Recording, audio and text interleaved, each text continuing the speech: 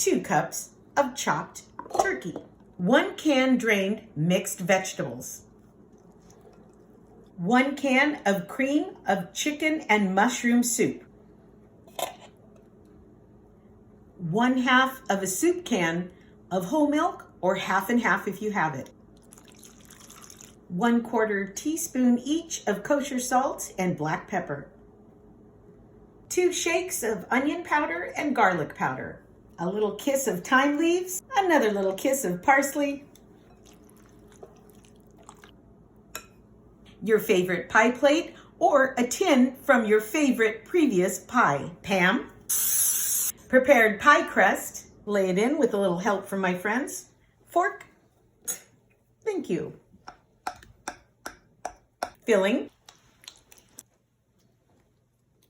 I don't do anything fancy, I kind of keep mine nice and rustic. Egg wash,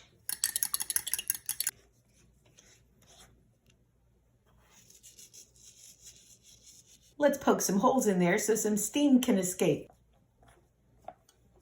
Handy dandy pie crust shield to prevent spills and burnt crust. Put it in a 350-degree preheated oven for about 50 minutes and check for doneness.